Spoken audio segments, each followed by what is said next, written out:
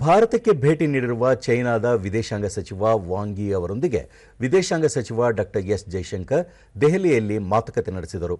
ಸಭೆಯಲ್ಲಿ doctor S Jaishankar ದ್ವಿಪಕ್ಷೀಯ ಸಂಬಂಧಗಳಲ್ಲಿ ಅತ್ಯಂತ ಕಠಿಣ ಅವಧಿಯನ್ನು ಎದುರಿಸಿದ ಬಳಿಕ ಭಾರತ ಮತ್ತು ಚೈನಾ ಮತ್ತೊಮ್ಮೆ ಉತ್ತಮ ಬಾಂಧವ್ಯ ಮುಂದುವರಿಸಲು ಬಯಸುತ್ತಿದೆ. ಇದಕ್ಕೆ ಎರಡೂ ಕಡೆಯಿಂದ ಪ್ರಾಮಾಣಿಕ ಮತ್ತು ರಚನಾತ್ಮಕ ವಿಧಾನದ ಅಗತ್ಯವಿದೆ. ಈ ಪ್ರಯತ್ನದಲ್ಲಿ ಉಭಯ ರಾಷ್ಟ್ರಗಳು ಪರಸ್ಪರ ಗೌರವ, ಸಂವೇದನೆ ಮತ್ತು ಹಿತಾಸಕ್ತಿಯ ತತ್ವಗಳಿಗೆ ಬದ್ಧವಾಗಿರಬೇಕು ಎಂದು ತಿಳಿಸಿದರು. ಜಾಗತಿಕ ಪರಿಸ್ಥಿತಿ ಮತ್ತು ಪರಸ್ಪರ ಆಸಕ್ತಿಯ ಕೆಲವು ವಿಷಯಗಳ ಕುರಿತು ಅಭಿಪ್ರಾಯಗಳನ್ನು ವಿನಿಮಯ ಮಾಡಿಕೊಳ್ಳಲು ಇದು ಸೂಕ್ತ ಸಮಯವಾಗಿದೆ. ಆರ್ಥಿಕ ಮತ್ತು ವ್ಯಾಪಾರ ಸಮಸ್ಯೆಗಳು, ಸಂಪರ್ಕ, ನದಿ ದತ್ತಾಂಶ ಹಂಚಿಕೆ, ಗಡಿ ವ್ಯಾಪಾರ, ತೀರ್ಥಯಾತ್ರೆಗಳು ಮತ್ತು ದ್ವಿಪಕ್ಷೀಯ ವಿನಿಮಯಗಳನ್ನು ಈ ಮಾತುಕತೆ ಹೊಂದಿದೆ ಎಂದು ವಿವರಿಸಿದರು.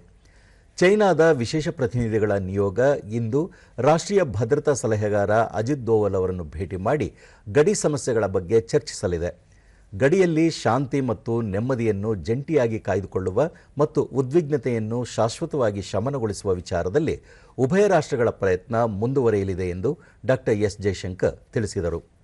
ರಾಷ್ಟ್ರೀಯ ಭದ್ರತೆ ಸಲಹೆಗಾರ ಅಜಿತ್ ದೋವಲ್ ಅವರ ಆಹ್ವಾನದ ಮೇರೆಗೆ ಭಾರತಕ್ಕೆ ಭೇಟಿ ನೀಡಿರುವ ಚೈನಾ ವಿದೇಶಾಂಗ ಸಚಿವ ನಿಯೋಗ ಇಂದು ವಿಶೇಷ ಪ್ರತಿನಿಧಿಗಳ 24ನೇ ಸುತ್ತಿನ ಮಾತುಕತೆಯಲ್ಲಿ ಭಾಗಿಯಾಗಲಿದೆ. Forms and manifestations is another major priority. I look forward to our exchange of views. Overall, it is our expectation that our discussions would contribute to building a stable, cooperative and forward-looking relationship between India and China, one that serves both our interests and addresses our concerns. You are visiting India, Excellency, shortly before the SCO summit that China is hosting in Tianjin. We have worked closely with the Chinese side during its presidency. We wish you a successful summit with strong outcomes and decisions.